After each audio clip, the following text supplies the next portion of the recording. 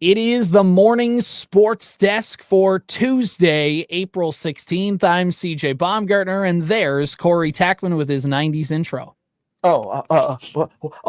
Hey, how's it going, CJ? Wowzers. Well, I tell you what, the very exciting stuff here at the radio station, or as I should say, the morning sports desk podcast studios. The first drip drop of rain came through the ceiling as I was walking by. So we should be off to a very damp rest of our Tuesday and Wednesday here at the studios. I'm looking forward to that. Yeah, I'm looking forward to it. It's great. They say us radio guys spend too much time indoors, and we thought, why don't we bring the outdoors to us? So there we go. Why not us? Why not now? Hey, we had a baseball game yesterday, and the reason we had a baseball game yesterday is because of the forecasted weather today. A little Park Region Conference baseball action in Parkers Prairie. You called the action of Panther baseball and Wadena Deer Creek. How was it? It was a good Park Region Conference game. Parkers Prairie got a 5-1 victory over Wadena Deer Creek. Before we jump into the game, Corey, do need to mention, I don't know if you've been to that new field, or it's the same field in Parkers, but the new setup where their press box is now up top the grandstand, a new grandstand with a little shelter over top on the bleachers. Very nice setup there for broadcasting games. You got a window you can open and close, which is really nice. Overall, a great setup. So thank you to Parkers Prairie for having that selfishly for us media guys. So Corey, if you get to go over there, you'll like it. Did you have to bring a glove with you? Are you in range? Foul balls, can they sneak into the press box? They cannot, because there's the fence behind the backstop. So it would have to take a sneaky one, huh? Yeah, well, and because there's the roof of the grandstand, so like you're pretty well protected, I think, in that one. That's probably fair. You know, like how Bugs Bunny had the golf ball in Space Jam. That's how it'd take to get. That's how it would take to get a ball into the press box. So a good job for us, because speaking for myself, I have the let's just say I have the reflexes of a dead goldfish. So that helps out a lot.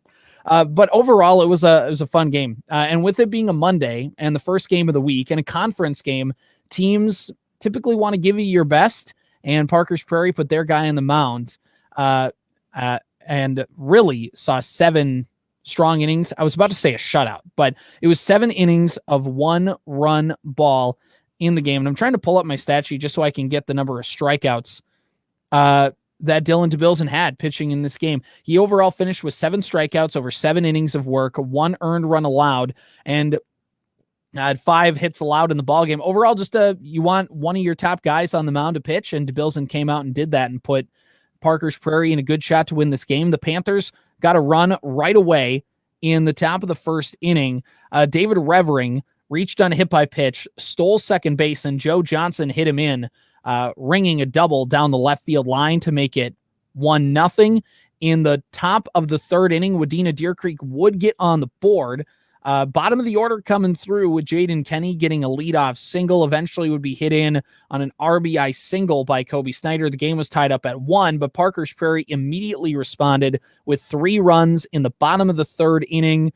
And overall, just what really kind of set the tone in that game. Once Parkers got out in front, it kind of just felt like they were going to go into cruise control in that game. They tacked on a couple runs later.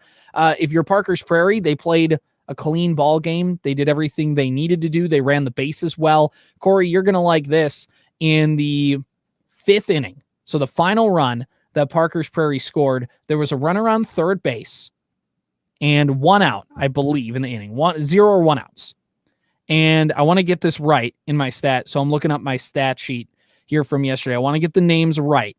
But Dylan DeBilson hits a leadoff double. He's on second base. He stole third base. First of all, great jump. By the time the pitcher for Wadena Deer Creek started his windup, he was already halfway to third base. Like, just a great read from him. David Revering draws a walk. So there's a run around third base with nobody out and draws a walk. And you could see about 3/4 of the way on his way to first, he puts his head down and he just starts running towards second base. And Wadena Deer Creek has to account for that. They get him in the rundown, and they wanted to go home. You could tell they wanted to do it, but they knew they just needed to take the sure out. and a run scored. And that was the thing for Parkers Prairie. So if you're Coach Denny, when you put your head on the pillow at the end of the night, you're feeling good about that game. I mean, that's classic stuff, right? You have your choice there. You have your choice you take the walk, you put your head down and go, or you get to first base and you're automatically stealing, or you get to first base and you lay down and you start rolling out towards the outfield. There's so many tricks you can do in that spot. And the hit rate on that stuff, CJ, has got to be like 92% or better. It always works. It doesn't matter. Coaches don't call it unless they're 100% sure it is going to work. I remember when I was in high school, we did have a sign for that. So Coach Reaver was in the third base coach's box. Coach Greg Johnson, Verndale, was in the first base coach's box. And his thing was he was just going to go like this. He was just going to hold his arm out at you like he was going to give you a fist bump. And that was just that was your sign to keep going. Just keep running. And I think I can say that now because they're both. Because neither of them are coaching. You just gave away all the secrets. I just gave away the secret sauce. So I'm sorry, Coach Card. You'll have to think of a new one. Yeah, who did Coach Card? Who was his coach when he played? Oh, that's right. I wonder where he got all his signs from. Wow, Raiders Nation thrown under the bus here this morning. I am sorry. If it makes you feel any better, I'll think of another sign. It's just going to be me yelling go. Yeah, it could have been that. Maybe he was reaching for a high five. Maybe he yelled out, "Way to go, pal!" And "pal" was the code word. It's hard to say for sure. It's hard for you to remember exactly what that sign was. And who's to say I'm not throwing everybody off the trail this entire time? That's when the X-Files theme is supposed to play in the background. Just do do do do do do do. Anyway. So no, that's fun. That's cool. It's nice to see when that stuff comes to fruition. Obviously, for Wadena Deer Creek, they had a couple errors not go their way, and they ultimately just couldn't get those big hits when they needed. They loaded the bases in the second inning. They had an opportunity to hang up a crooked number, and they just they came out of the inning without scoring a run. So they had their opportunities to win that game. I think if you would have talked to Coach Dykoff after the game, he would have said we just had a couple uncharacteristic plays. There was an error that compounded in that bottom of the third inning that allowed Parkers Prairie to hang a 3 on them to take a 4-1 lead.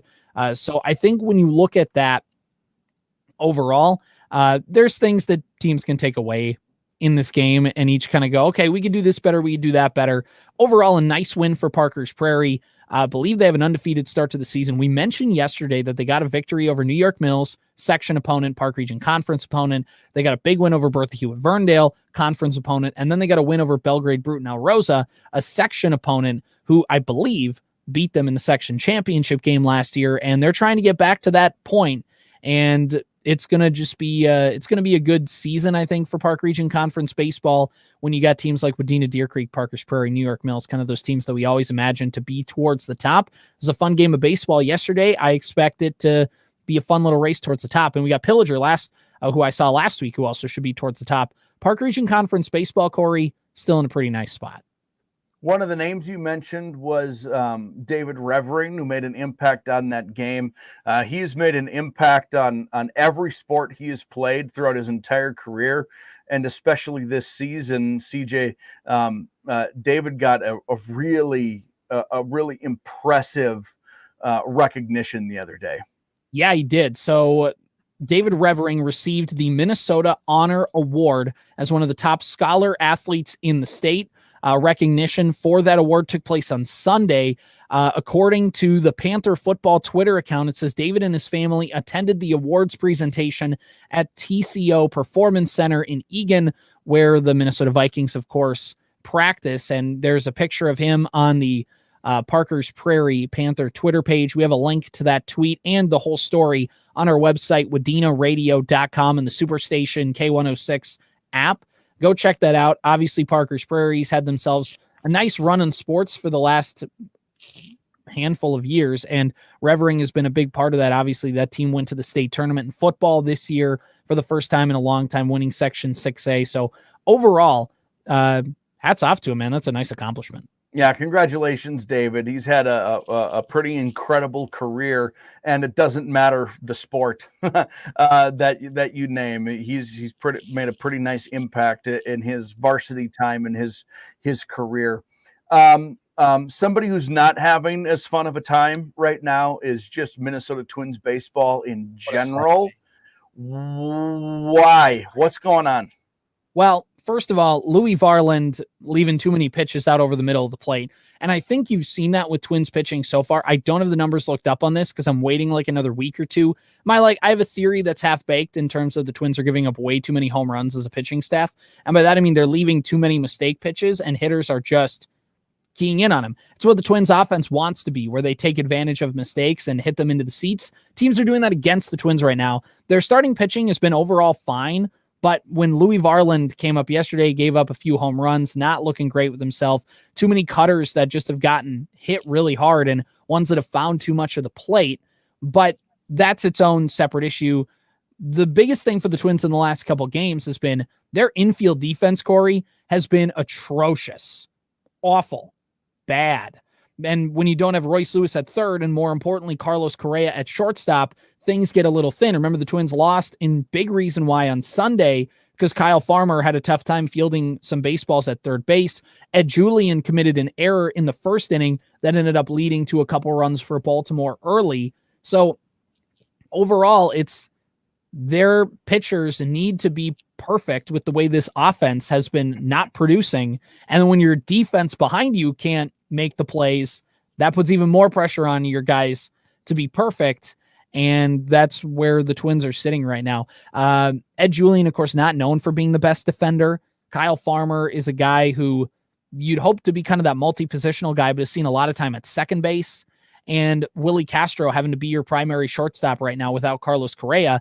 The Twins infield, obviously, it's like the Vikings defense a year ago where there's all the backups and everybody's hurt. And it's like, yeah, of course they're not doing very well. They're the backups, but at the same time, this is still a team that's expected to win some baseball games. I remember talking to former Monaga Braves head baseball coach Charlie Dormanen one time. Yeah. I've said this story. I've told the story a lot. And I will say the season ended up working out for them. I think they played in the section championship this year. But I saw them, mid to late April. And I said, how's the team playing so far, Charlie? And he goes, well, Corey, we can't throw, we can't catch, and we can't hit. And that's pretty much everything when it comes to the game of baseball. Much.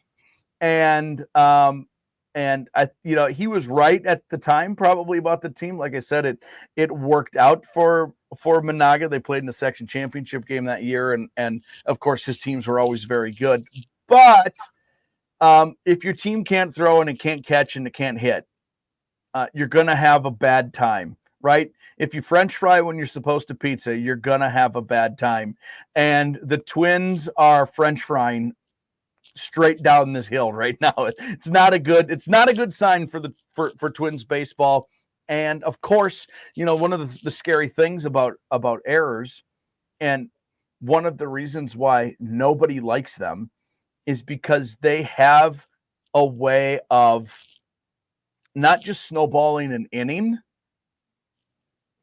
but they kind of feed themselves, right? It's like a fire with you just keep adding oxygen to it.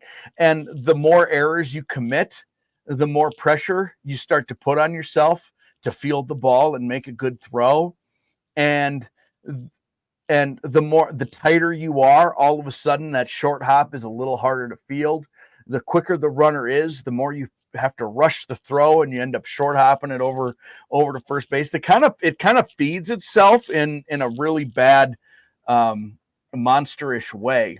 And right now for the Twins, it seems like it's feeding itself in a really bad, monstrous way. Right. And maybe the short answer is, it's just fluky that they had a bad couple defensive plays in a couple games in a row. And that's probably the right answer. But it's like you talked about, when you don't leave yourself that margin for error to be able to just make up for it, it just compounds and gets worse and worse and worse. And then you have a bad time, because the most important thing is having a good time. That's right. So, yeah, things maybe will go better today. Chris Paddock on the mound for the Twins. Baltimore continuing to be one of the better hitting lineups in baseball so far, but we'll see what happens today as the Twins try and salvage the rest of the two games that they have in Camden Yards. for this series. All right, Corey, one last thing that we need to talk about today on the Morning Sports Desk, and that is that Peter Schrager of NFL.com, of NFL Network, I think he also does some sideline reporting for Fox. Point is, he's a pretty well-connected guy in the NFL. He's an insider. He's not like a newsbreaker, like a Tom Pelissero, Adam Schefter, Ian Rappaport, but he's just a guy that when he drops a nugget of information, you kind of want to make sure that you're paying attention for Pete Schrager. Mm-hmm. So yeah, he's good. I like Pete Schrager. He released his NFL mock draft today, and that's the first one that he's did all year, which is relevant. And I'm hoping that whatever video pops up on this article doesn't autoplay with sound, so that way it blows out Corey's eardrums. But here we go. Pete Schrager's mock draft, number 1 overall is Caleb Williams to the Chicago Bears, obviously. Jaden Daniels, number 2 to the Commanders. Drake May, 3 to the Patriots. All right, now that's pretty standard. This is where things start to get interesting. At number 4, he has the New York Giants trading up with the Cardinals, giving a 3rd-round pick to move up 2 spots and select J.J. McCarthy. Could you see that happening, Corey? Yes, of course. Would you rather have J.J. McCarthy or Danny Dimes? They are projected to take the Michigan man and move up. Marvin Harrison Jr. goes to the Chargers. Roma Dunze goes to the Cardinals. Joe Alt goes to the Tennessee Titans, the offensive lineman out of Notre Dame. Dallas Turner, the edge rusher of Alabama, goes to the Falcons. Malik Neighbors goes to the Colts. Brock Bowers, the tight end from Georgia, goes to the New York Jets. So that we get to pick number 11 for the Minnesota Vikings. And Corey, it is not a quarterback with this pick. He is the Minnesota Vikings taking Terrion Arnold, the cornerback out of Alabama. He says the Vikings stay put to take a top corner and a great all-around prospect. Arnold arrived in Tuscaloosa as a 5-star safety, played inside and outside corner under Nick Saban, flourished and was the Alabama defense's field general last season. Great juice and a leader. He says Sam Darnold will be the Vikings' day 1 starter in this scenario, but that doesn't mean Minnesota's done with the quarterback room, ... If the Vikings stay put at 11, and J.J. McCarthy and all the other top 3 quarterbacks are off the board, they take a corner out of Alabama. How you feeling on that one, Corey? I feel great. I have no issue with that. We've talked about it now for 2 straight weeks, right? There's no reason to sell the farm that way, to make sure you get Penix or Nix. And in this instance, they're not selling the farm, right? They end up having to stay put, but it's not. Neither of those guys are worth the risk that high. They need some major help at some defensive positions, cornerback being one of them. An Alabama corner sounds pretty good, at least on paper.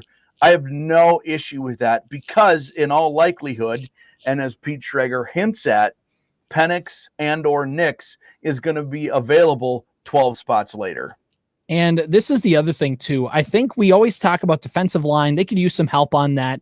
We always just talk generally defense. But what the Vikings have lacked really in about 5 years now has been a shutdown corner. Half a decade, the Vikings, they had Pat Pete for a while, but he wasn't like a man-to-man shutdown corner. He was a zone corner, especially at that point in his career. The Vikings haven't had like an elite cornerback since prime Xavier Rhodes, which was 2018, 2019. That's over 5 years now since we've gotten to see a true good corner in his prime. And that's what this Vikings defense needs more than anything. The Vikings still do not have a number 1 corner. They have Byron Murphy Jr., who was a good player, but the Vikings signed him to play nickel, to play inside. Mekhi Blackman had some flashes, but overall feels more like a number 2 corner than a shutdown number 1 corner. Getting that guy to solidify your defense, obviously you still have to figure out the quarterback situation, but on paper, that's one that will benefit your team. And looking at the Denver Broncos at pick number 12, they also say, it's too rich for a quarterback in this spot, so they take an edge rusher out of UCLA. The Raiders do not take a quarterback. They solidify their offensive line, drafting a tackle out of Penn State. Saints don't take a quarterback. The Bears don't take a quarterback. The Seahawks don't take a quarterback. The Jaguars, no quarterback. Bengals, no quarterback. Creeping up closer to 23. At pick number 19, the Rams do not take a quarterback. The Steelers do not take a quarterback. The Dolphins do not take a quarterback. The Eagles do not take a quarterback. So that leaves the Vikings at pick number 23 that they got from the Houston Texans, who got that pick from the Cleveland Browns. Pete Schrager has the Minnesota Vikings taking none other than Bo Nix out of Oregon. Cool. Nix could go as high as 11, 12, or 13, says Schrager, or completely fall out of the first round. I think 23 to the Vikings or another team here in a trade-up makes sense. One thing on Nix, he's as accurate as they come, just set the FBS record this past season with a completion percentage of 77.45%. Smart processor too. These are things that will be very highly valued by offensive coaches and QB gurus. That's Kevin O'Connell. That's Sean Payton. I could see Nix playing for either of those master tacticians. Should go without saying, Nix did throw a decent amount of screen passes at Oregon. Not all, but a decent amount when you want to talk just straight completion percentage. Overall, Corey, if the Vikings draft Bo Nix over Michael Penix at 23, how are you feeling? I don't care. There's a reason why both of them are projected to be where they are. The one of them is just a right-handed white guy, and the other is a left-handed black guy. They're the same. If accuracy is what's important to you, then get the guy who's more accurate. If explosiveness is more important to you, then get the guy whose arm is a little more explosive. That's probably Penix. I don't care. At 23, that is a safe spot to pick either one of those guys. I would respect and appreciate the discipline on behalf of the Vikings in that draft if that's the way it started to happen. Well, and I think if it's Penix over Nix, or if it's Nix over Penix, on a gut level, I don't like it. A gut level, I think I would take Penix over Nix. But here's the other thing. I don't think the Vikings, if they're picking a quarterback at 23, it means that the guy that they really, really wanted got picked already. They're not that they're settling, but I've heard this thrown out there. There's a love and there's a learn to love, kind of a thing. Like there's it's fine. It's the, it's the classic guy in high school has that girl he really, really wants to go out with, and then he can't go out with her. And then he finds another girl. He's like, it's fine. I have a fun time with her. She's all right. We do some, we can hang out. We can do whatever. And that's, we can make this thing work. And maybe someday we'll fall in love with each other. That's the way that the Vikings are kind of going about this quarterback thing, if that's the situation. But it's like you said, you're going to take a guy with some question marks at 23, and you're banking on the infrastructure being good enough to get them over the top. I would take Nix, or I would take Penix over Nix, strictly because I think Penix has the higher ceiling and he's got more of a cannon arm to gun the ball over the middle of the field. I think Penix has I think Nix, they both have the same suffix. That's what's throwing me off here. What Nix does is he offers a higher floor and more of a little bit of a, I don't want to say a coach's kid vibe, but just more of I'll do whatever it takes, coach kind of vibe to him. But he doesn't have as quite a highest ceiling as some of the other guys do. That's my only thing with that. But I think if you're taking a quarterback this late, you're having to look past some flaws regardless. Really, probably the biggest issue is if both of these guys would have had these seasons as freshmen and sophomores, we'd be feeling different about them. Really, kind of the weird thing about Bo Nix and Michael Penix is that they're your age. They're right. Old guys. Bo Nix in particular is damn near 30 already. I have 24 years old. Is that what he is? He's 24. Yep. So he can rent a car in only a year, where everybody else is Michael Penix, 5 years. 23. Okay. So they're just older. Drafted has been everybody who's going to play in the NFL now is born after 2000. Yeah, it's crazy, isn't it? It's pretty crazy. No, I would have no issue if they drafted a top level corner, and then and because I do think that is a bit of a reach to get one of those guys even at 23, if most of them are projected as potentially early second rounders. Get up there and get one of those guys so you get the extra year of control, whatever needs to happen. I have no issue with any of that. I have no issue. I think that would be, I'm excited. There's roughly 1,000 permutations of what the Vikings could do in this draft. And I think I'm I'm probably thrilled about each and every single one. Yeah, there's a lot of ways that this can go down. And I think this also goes without saying, and I think you're on the same boat, is if Kevin O'Connell looks and says, you know what, I can make Bo Nix work. I think it's like, okay, you know more than I do. Like, we'll let and see how this thing works out. If you think Bo Nix can work, then put Bo Nix in your system and see what happens. I think overall, with drafting a quarterback in the mid to late 20s, I think is fine, because if they're projected to be a second round pick, one, the Vikings don't have a second round pick. I know they could trade back, but it's just go get your guy if you think he's good enough. Don't get too cute with it. But the other thing is you get a 5th-year option with a first round pick, whereas a second round pick is a 4-year contract. That's the added bonus. You get one more year of the rookie pay scale as you try and kind of cobble this core together. But overall, I wouldn't be upset if that's where the Vikings ended their draft, which was with a corner that they could put on top of their secondary and a quarterback of the future who this team can rally around. And again, as we learned, has a pretty good set of weapons around him. One last thing, Corey, and then we're going to call it a podcast. And I didn't really want to put it on the list of things because I don't think it's too big of an issue, but Justin Jefferson did not show up to voluntary minicamp by the Vikings yesterday. Coach O'Connell talked about it. Didn't really have too much to say other than we hope he's around. Are you panicking about Justin Jefferson not showing up to the voluntary workouts? No, I'm upset with you that you would disrespect me with a question like that. You know my answer. I don't give a crap. I don't care if anybody shows up to that. Like Sam Darnold should probably be there. I don't care. I don't care. There's 53 guys who make the roster, and there's double that who are vying for us. None of them could show up. It would never bother me even once. I don't think Justin Jefferson showed up to these last year either because they were negotiating, and then I think he came back for like mini camp and shredded everybody. Like it's like Adrian Peterson never showed up to these, and he wasn't even in a contract dispute. He was just like, I don't need to be here. I'm Adrian Peterson. Like, what are we talking about? That's exactly right. He wouldn't show up if there wasn't a contract dispute. And there is no indication that there's a dispute. They just haven't come to a term yet. You know what I mean? This is just a negotiating tactic. It's fine. It's fine. It's fine. Yeah, there's a lot of people who are going to buzz about it, and it's going to go across the ESPN ticker at the bottom of the screen that Justin Jefferson did not report. It's fine.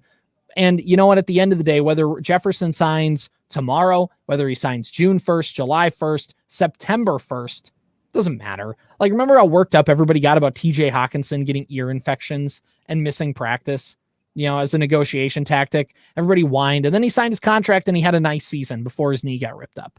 Like, it's fine. Just everybody wants to overreact. And in the moment, I hear people talk about, well, just trade Jefferson if he wants to have a contract dispute with the Vikings. And I'm like, you guys, this is just kind of how the NFL works now. This is just the way of the business. This isn't even personal. Like, this is just, this isn't even like a bleep you to the franchise. This is just I just don't want to get hurt while we're discussing my pay. That's all it is. That's all. It might not even be that. He's probably like, I'm not going to that. It's voluntary. I don't have to. Hey, everyone, we're cool with this. I don't have to show up to this. The future isn't there yet. No, that's even like, this is voluntary. Yo, coach, this is voluntary. Yes, JJ, this is voluntary. It's like, all right, peace. It's Allen Iverson. What are we talking about? Practice?